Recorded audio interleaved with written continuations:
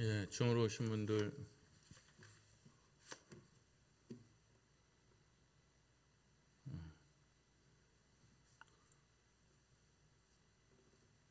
예, 화면이 안 켜져요? 예, 하여간 뭐 익숙한 풍경이어서 아마 김수영 권사님 같고 황수랑 권사님, 예, 최성학 장로님, 김광숙 권사님 같기도 하고 뭐 멀리 있어서 예, 예, 예, 맞죠. 정재덕 장로님, 예, 성철규 장로님, 송재실 권사님, 김영재 권사님, 전원재 권사님, 예, 축하합니다. 좋은 하루 되시기를 바랍니다. 우리 찬양 442장입니다.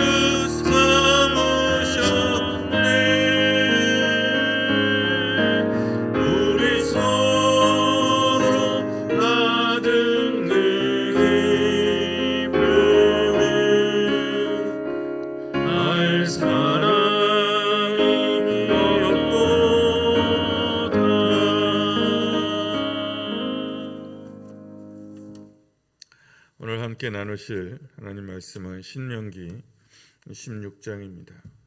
18절에서 22절까지 교독합니다. 18절에서 22절까지 교독합니다. 내 하나님 여호와께서 내게 주시는 각 성에서 내 지파를 따라 재판장들과 지도자들을 둘 것이요 그들은 공의로 백성을 재판할 것이니라. 너는 재판을 굽게 하지 말며 사람을 외모로 보지 말며 또 뇌물을 받지 말라. 뇌물은 지혜자의 눈을 어둡게 하고 의인의 말을 굽게 하느니라. 너는 마땅히 공의만을 따르라. 그리하면 내가 살겠고 내 하나님 여호와께서 내게 주시는 땅을 차지하리라. 내 하나님 여호와를 위하여 쌓은 제단 곁에 어떤 나무로든지 아세라상을 세우지 말며 다 함께 자기를 위하여 주상을 세우지 말라. 내 하나님 여호와께서 미워하시느니라. 아멘. 신명기에 이스라엘은 새로운 땅에 건설되는 새로운 나라를 꿈꾸는 백성들입니다. 그러니까 새로운 땅을 꿈꾸는 백성 이렇게 말할 수도 있지만 단순히 새로운 땅에 들어가서 정착해서 사는 사람 그걸 꿈꾸는 것이 아니고 거기에서 나라를 세우려는 거죠. 이제까지 있었던 나라와 다른 새로운 나라, 새로운 공동체를 세우려고 하는 겁니다. 그게 이스라엘의 신앙의 본질이고 그리고 정체성이죠. 이걸 이루면 출애굽이나 신명기, 레위기에서 주는 법이나 어떤 설교나 종교 예식이 빛을 잃습니다. 공동체, 그러니까 새로운 공동체, 새로운 나라. 어쨌든 뭐 새로운 나라가 됐든 새로운 공동체가 됐든 간에 공동체라는 말은 한 운명을 지녔다는 거죠. 어떤 문제에 대해서 공동체 전체가 우리가 같이 대응한다는 의미가 될 겁니다. 그래서 운명 공동체 보통 그렇게 표현하죠. 그러니까 한 식구로 묶이는 공동체의 근간이 되는 것. 그러니까 우리가 우리다. 그래서 우리 한길교회다. 우리 무슨 나라다. 우리 무슨 뭐다. 이렇게 말할 때 내가 그 속하여 있는 일원으로서 그래서 소속감을 가지고 하나됨을 그리고 자부심을 가질 수 있으려면 그 가장 기반이 되는 것이 재판이에요. 공정한 재판. 그러니까 우리는 재판 그러면 이제 머릿속에 딱 떠올리죠. 사법부 재판장님이 이렇게 있고 뭐 그것도 재판은 재판이죠. 그리고 여기서 말하는 재판도 그 재판에 가깝기는 하고요.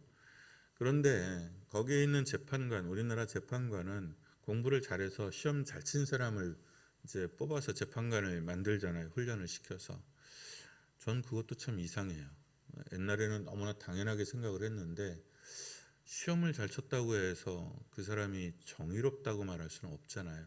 그리고 정의롭지 않으면 법대로 판결을 안 할 가능성도 얼마든지 있는 건데 그 검증도 안 해놓고 그냥 시험 잘 쳤다고 해서 재판관을 이거 하는 거는 전 되게 이상하게 느껴지더라고요. 그리고 아무도 그걸 이상히 여기지 않는 게 너무 신기해요.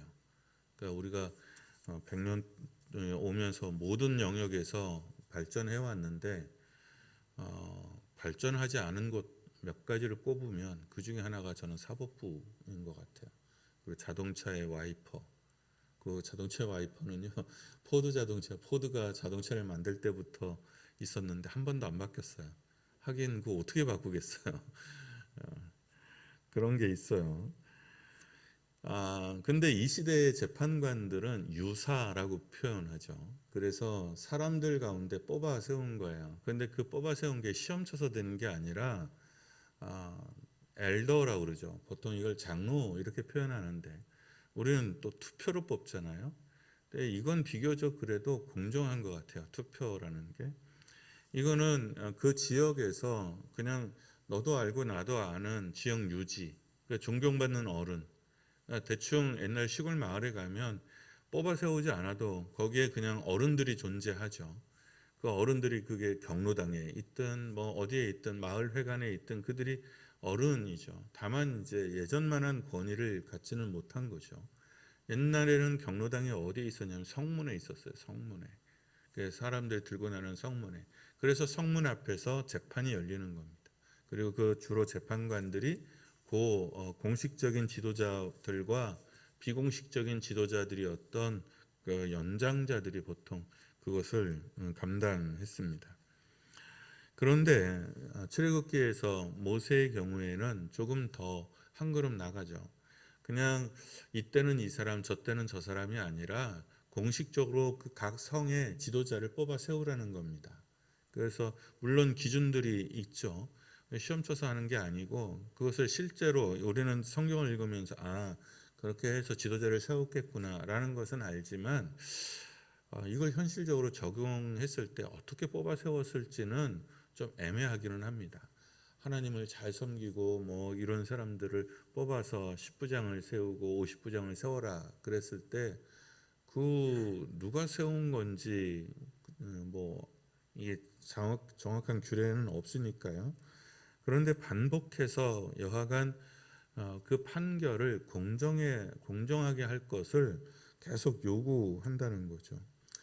이게 공정한 재판이라는 게 말이 쉽지 저나 여러분이나 사실 공정하기 굉장히 어렵습니다. 이제 노회 우리 교회가 속해 있는 노회 되게 이제 노회에 대한 불신이 되게 크거든요. 노회에 대한 불신이 가장 큰 이유가 뭐냐면 재판이 공정하지 않다는 거예요.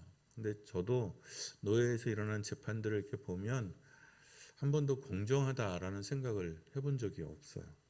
다 아는 목사님이고 다 아는 장로님들이 하시는데도 그리고 다 개별적으로 보면 훌륭하신 분들인데도 제가 보기에도 재판이 그렇게 정의롭거나 공정해 보이지는 않습니다. 이 지점이 참 중요해요. 그러니까 내가 잘 아는 목사님이고 내가 잘 아는 장로님이고 나름 다 훌륭하신 분들인데 그분들이 재판을 하면 공정하지 않다. 그 말의 뜻은 뭐냐면 나도 공정하지 않을 가능성이 크다라는 뜻이 되는 겁니다. 그러니까 김집사 들으라고 생각하시면 항상 물 건너가는 겁니다. 설교는. 그러니까 이건 전제가 뭐냐면 우리 전체가 이때만 해도 뭐라 그럴까요? 신뢰가 있는 거죠. 공정한 재판에 대한 기대, 공정한 재판에 대한 그 무엇이 있는 겁니다. 그런데 예수님은 아예 판단하지 말라고 그러잖아요. 판단하지 마라. 비판하지 마라. 젊었을 때 가장 받아들이기 어려웠던 그리고 힘들었던 그 예수님의 교훈이 그거였어요. 판단하지 마라. 왜냐하면 나는 판단에 자신이 있었거든요. 판단에 자신이 있었는데 정의로울 자신, 공정할 수 있는 자신이 나는 틀리지 않을 자신이 제 안에 있었는데 지금은 없습니다. 팔은 늘 안으로 굽고 우리 자신의 경험이나 취향이나 욕심에 휘둘리기에 사람은 딱 맞게끔 되어 있습니다. 어쩌다가 공정할 수는 있는데 늘 공정하기는 사람에게는 불가능해요. 저는 그렇게 봅니다. 그러니까 살아보니 어른이 돼보니 겪어보니 사람들이 공정하지 않아. 나 빼고는 다 공정하지 않고 나 빼고는 판단이 다 그르치고 나 빼고는 다 고집들이 다 세. 이렇게 생각을 했죠. 근데 사람들이 다 그렇게 생각하더라는 거죠. 나 빼고는 다 우리나라 사람들은 다 고집이 세. 누구는 고집이 세 그러죠. 고집 안 센 사람을 본 적이 없어요. 생각해 보니까. 사람은 판단의 자격이나 능력을 가진 존재가 아니에요. 제가 쭉 살아보니 그래요. 사람을 믿어야 된다고 제가 가르치기는 하지만 사람의 능력과 한계는 너무나 빤합니다. 그래서 그것을 정확하게 직시하셔야 돼요. 그래서 나는 항상 옳고 나는 내 판단은 항상 옳다라고 생각하면 늘 판단하게 되고 평가하게 되고 그리고 비난하게 되고 손가락질하게 돼 있어요. 그런데 그게 공동체를 깨트려요. 그게 공동체를 깨트립니다. 어쨌든 우리가 판단에 있어서 안 하고 살 수는 없어요. 우리가 안 하고 살 수는 없는데 어쨌든 판단에 있어 판결에 있어 우리가 최대한 공정하려고 애써야 하고 노력해야 한다는 것은 분명합니다. 흔히 내로남불 뭐 이런 말을 하잖아요. 근데 이게 어디에나 있어요. 어디에나 있습니다. 그런데 늘 나는 아니라고 생각하죠. 이렇게 가르쳐도 계속 앉아서 서서 또 말하는 내 자신조차도 무의식적으로 나는 아니야 라고 생각할지 몰라요. 그래서 부단히 노력해야 됩니다. 내가 죄인이라는 것, 내가 정의로울 능력이 없다라는 것을 항상 되뇌어야 합니다. 그러면 안 그러면 우리는 정의의 사도가 돼요. 그게 나쁘다는 뜻이 아니라 능력도 안 되는데 능력이 안 되는데 그래서 자기도 정의롭지 않은데 사실 따지고 보면 그런데 자기들이 정의로운 사도가 되는 거죠. 최고의 재판장이신 하나님이 우리 머리 위에 계시다는 것. 내가 다른 사람을 판단하는 것처럼 그 판단이 다른 사람도 나를 판단할 것이고 내가 재판하는 것처럼 하나님도 나를 재판한다는 거죠. 그래서 그 재판이 내 머리 위에 돌아올 때에는 감당할 수 없습니다. 제 대표적인 게 다윗이었죠. 다윗이 밧세바의 사건으로 박살이 죄를 지었을 때 나단이 가서 묻잖아요. 어떤 사람이 있었는데 어떤 사람이 가난한 사람이 양을 한 마리 가지고 있었는데 자식처럼 키웠다. 99마리 양을 가진 부자가 그것을 뺏었다. 그럼 어떻게 하시겠습니까? 그랬더니 정말 이 쳐 죽일 놈 뭐 이렇게 된 거잖아요. 그랬더니 나단이 뭐라고 그래요? 그가 바로 당신입니다. 이렇게 말하잖아요. 그러니까 한 마리 양을 뺏은 것 보면 너무나 또렷한 뭐랄까요? 옳고 그름이 드러나는데 자기가 하게 되면 로맨스가 되는 거죠. 유일하게 전쟁에 떠났던 믿었던 아내를 취한 왕이라는 것을 본인이 잊어먹는 거죠. 성경에서 뇌물을 받지 말라고 되어 있습니다. 이건 돈만의 문제가 아니거든요. 여러 가지 끌리는 신세진거, 관계, 안면, 체면 이런 것들이 우리의 판결을 그르치게 합니다. 그래서 내가 잘 아는 장로님이면 관대해지고 내가 잘 아는 집사님이면 또 나한테 잘하는 집사님이면 내가 관대해지고 나한테 좀 삑하는 집사님이면 마음이 냉랭해지고 이게 사람들 마음이라는 거죠. 그래서 나한테 잘하던 사람이 잘못을 했을 때 그러면 안면을 딱 깎고 그야말로 차가운 얘기를 하기가 우리나라는 더더욱 힘들죠. 우리는 정의라는 게 그놈의 정의라는 게 있어서 더더욱 힘들잖아요.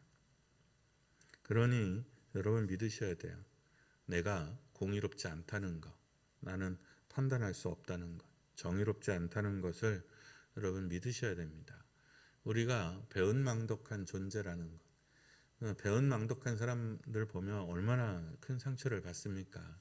그러니까 나는 지를 정말 이렇게 사랑해서 이제까지 10개의 은혜를 베풀었는데 내가 그래 딱 하나 그거 실수 한번 했다고 해서 나한테 이럴 수 있나? 그러면 정말 뭐 씻을 수 없는 상처가 몰려옵니다. 그런데 우리는 대부분 그렇게 삽니다. 왜냐하면 우리가 받은 은혜와 사랑은 너무나 당연하고 그래서 그건 귀하게 여겨지지 않고 혹하는 그 어떤 잘못이나 실수 하나는 너무 깊게 패이는 법입니다. 그게 사람이에요. 그러니까 앞에 큰 병을 앓고 있는 사람이 있어도 내 손톱 밑에 박힌 가시가 더 절절한 게 그게 사람인 겁니다. 그게 옳다는 게 아니라 그게 옳지 않죠, 여러분. 옳지 않아요. 그렇지만 우리의 마음이 그렇게 빠르게 움직여지는 우리가 정의롭지 않은 그런 존재라는 거예요. 신앙 공동체잖아요. 이스라엘은. 그러니까 공동체를 유지하려면 재판이 올바르게 유지돼야 되죠. 신앙 공동체, 그러니까 신앙은 그 공동체의 정신이죠. 이 신앙이 나로 하여금 그 공동체의 일원이게끔 하는 존재의 이유가 되는 겁니다. 아무리 재판이 공정하고 뭐 어쩌고 저쩌고 하더라도 믿음을 잃으면 내가 이 공동체에 있을 이유가 없는 겁니다. 생각해 보세요. 한길교회가 있는데 이 교회 사람들은 다 재판이 공정하고 다 친절하고 착하고 여기 있으면 행복하기는 해요. 그런데 여기에서 예배를 안 드려. 그냥 친목회야. 그러면 내가 이 한길교회, 한길교회라고 하는 공동체에 있을 이유가 있을까요? 네, 없는 거죠. 나는 예수를 믿기 때문에, 이 사람들이 좋아서 온 거기도 하지만 예수를 믿기 때문에 여기에 있는 건데, 다 있는데 예수는 안 믿어. 그러면 내가 여기에 있을 이유가, 여기에 내 인생을 투자할 이유가 없어지는 측면이 있죠. 뭐 예수 없이 그런 공동체가 있을런지는 모르겠지만 그런 겁니다. 그러니 신앙 공동체에 있어서 예배의 정결함은 핵심 가치가 되죠. 오직 하나님께 집중해야 하고 정결히 섬기는 마음은 신앙 공동체를 거룩하게, 경건하게, 단정하게 만들어줍니다. 그냥 재판을 공정히 해라. 제단에 다른 신을 옆에 두지 마라. 그것은 너희가 신앙 공동체로서 있어야 되는 두 가지의 기능. 하나는 공정한 공동체 안에서 불평과 혐의와 미움과 다툼이 없도록 하고 그것을 최소화하라는 거죠. 그 다음에 너희는 신앙 공동체니 오직 하나님을 섬김에 있어서 마음을 다하고 뜻을 다하고 정성을 다해서 오직 하나님께 집중한 순결한 마음으로 사랑하라는 거죠.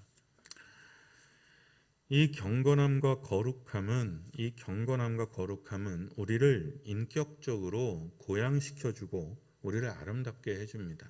한 곳에 마음을 정하고 섬기는 사람들이 가지게 되는 지혜가 있고 아름다움이 있게 됩니다. 우리가 사람을 만나서 사귀어 보면 있잖아요. 마음이 흩어져 있는 사람이 있거든요. 늘 두리번거리는 사람이 있거든요. 그러나 그렇지 아니하고 마음이 오로지하여 한 마음에 정성되게 머물러 있는 사람들이 있잖아요. 그러니까 믿음이라는 것이 그런 겁니다. 정처 없이 이게 아니라 정말 머물러 깊게 뿌리를 내리는, 항상 돌아보면 그 자리에, 그런 사람이요. 하나님의 법은 우리를 행복하게 하고 아름답게 합니다. 이걸 믿는 게 중요해요. 하나님의 법은, 하나님이 하라는 대로 하는 것은, 손흥민의 가장 큰 강점은 뭐냐면 자기 아버지에 대한 절대적인 신뢰입니다. 아버지가 하라는 대로 하면 최고의 선수가 될 수 있다라는 믿음이에요. 그런데 그것을 보면서도 아무도 사실 안 믿어요. 그분을 잘 안 믿습니다. 그래서 계속 부모들이 스트라이크를 일으키고 계속 클레임을 겁니다. 우리 애가 언제 그라운드를 밟아요? 우리 애가 언제 공을 차요? 우리 애가 언제 슛 연습을 해요? 슛 연습 거의 안 시키거든요. 18살 때까지만 해도 계속 기초훈련만 시켰어요. 그러니까 그것을 믿을 수 있어야 그 훈련을 따라가는 건데 이 아들은 아버지를 믿어요. 참 대박, 부러워요. 근데 그게 하나님의 법은 나를 행복하게 하고, 그래서 하나님의 법은 내가 하나님의 법을 묵상하는 것이 주야로 즐겁고 하나님의 법이 내게 생명의 근원이고, 그건 무슨 뜻이냐면 하나님이 하라는 대로 하면 내가 살고 내가 복되고 그걸 믿는다는 뜻이에요. 이것 하지 마라, 저거 하지 마라, 이걸 금지하고 이게 아니라 그것을 하면 내가 망하고 이것을 하면 내가 살기 때문에 있는 법이라는 거죠. 하나님의 법은 우리를 행복하게 하고 아름답게 하고 멋지게 합니다. 그냥 금지하고 벌 주고 그렇게 있는 게 아니라 그게 내게 복이 되고 생명이 되고 우리를 살게 하는 겁니다. 하나님의 법을 지켜서 아름다운 공동체를 이룰 수 있도록 기도합니다. 하나님의 법을 지켜서 아름다운 공동체가 될 수 있도록 기도합니다. 하나님 앞에서 하나님의 뜻대로 살아서 공정함과 따뜻함을 지킬 수 있는 그런 교회가 되도록 기도합니다.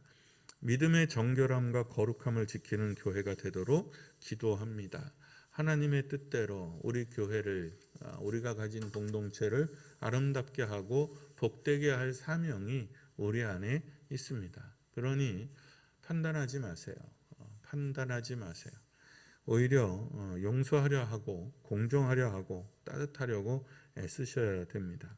오직 하나님께 집중하는 교회가 되도록 위해서 기도하셔야 됩니다.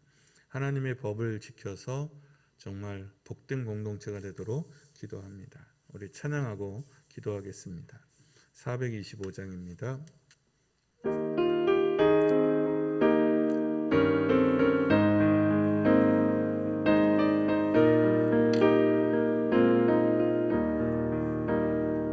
주님의 뜻을 이루소서.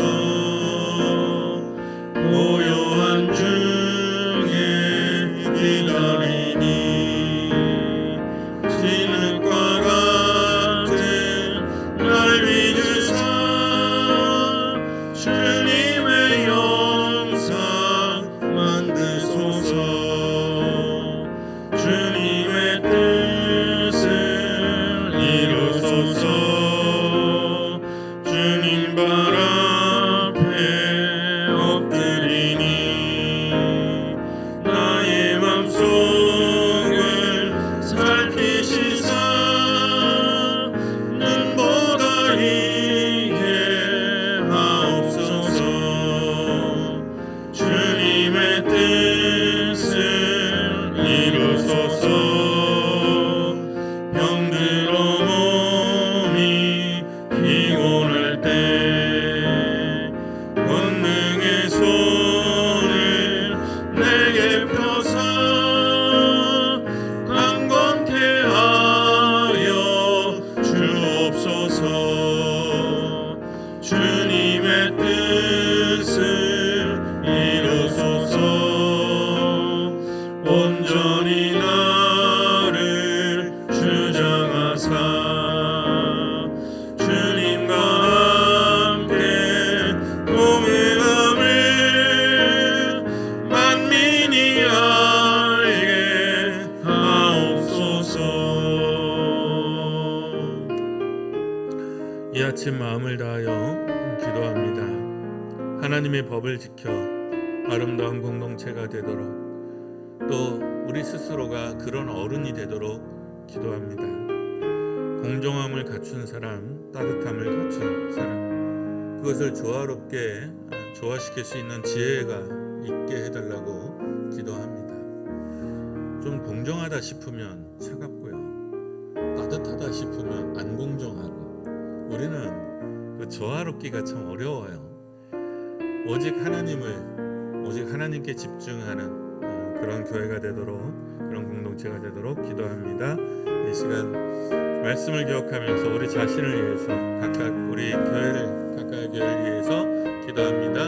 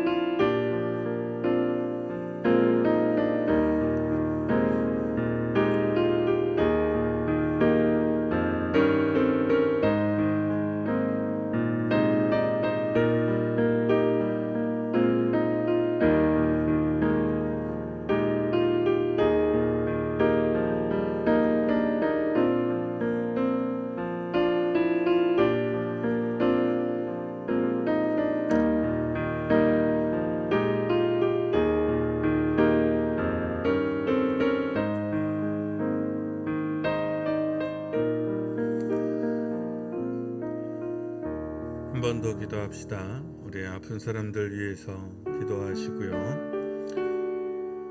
그리고 교회를 위해서 기도합니다. 하나님의 거룩함을 나타내는 교회가 되도록 기도합니다. 거룩함이라는 것은 하나님을 위해서 구별하는 겁니다. 그래서 하나님을 위해서 하나님의 은혜와 사랑에 하나님의 뜻에 응답해서 삶을 구분하고 시간을 구분하고 물질을 구분하여 늘 하나님 앞에 경건히 드리기를 애쓰고 힘쓰는 교회가 되도록 위해서 기도합니다.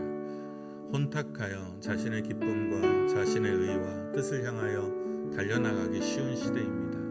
이런 시대에 믿음의 정결함을 지켜서 오직 하나님을 사랑하고 하나님의 뜻을 세워나가는 것에 기쁨을 누리는 그런 교회가 되도록 위해서 기도합니다. 아픈 사람들과 교우들과 교회의 거룩함을 위하여 기도하겠습니다. 기도합니다.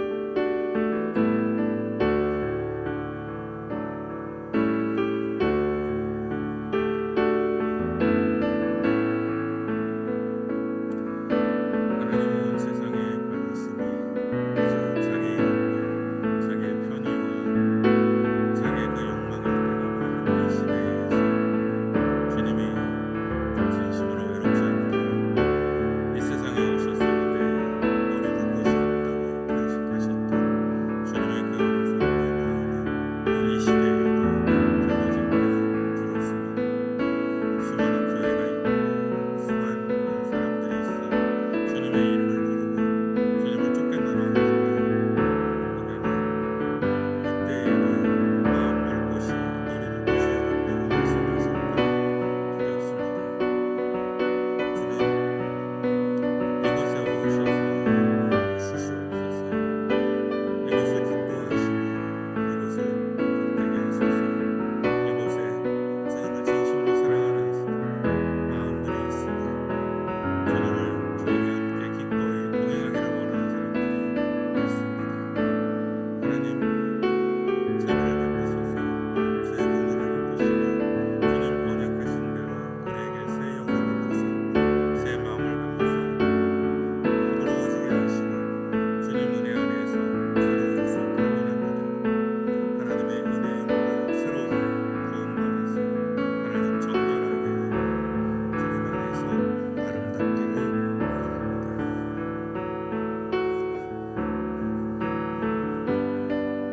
마음을 다하고 성품을 다하고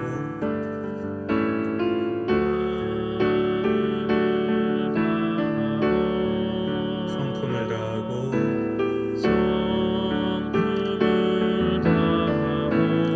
힘을 다하여서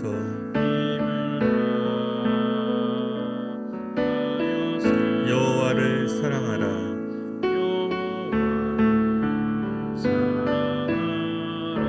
내게 준 계명을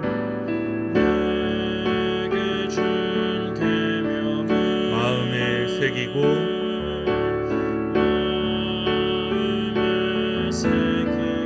부지런히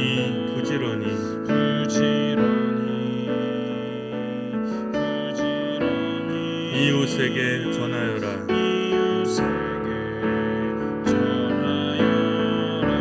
그러면 너가 짓지 않은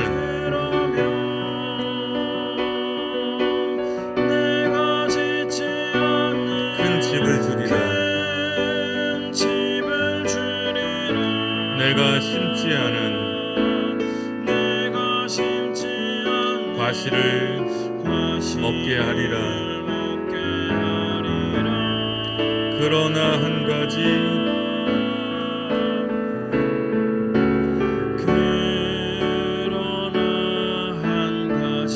잊지는 말아라.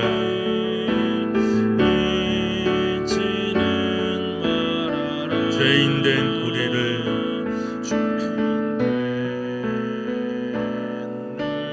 구원하신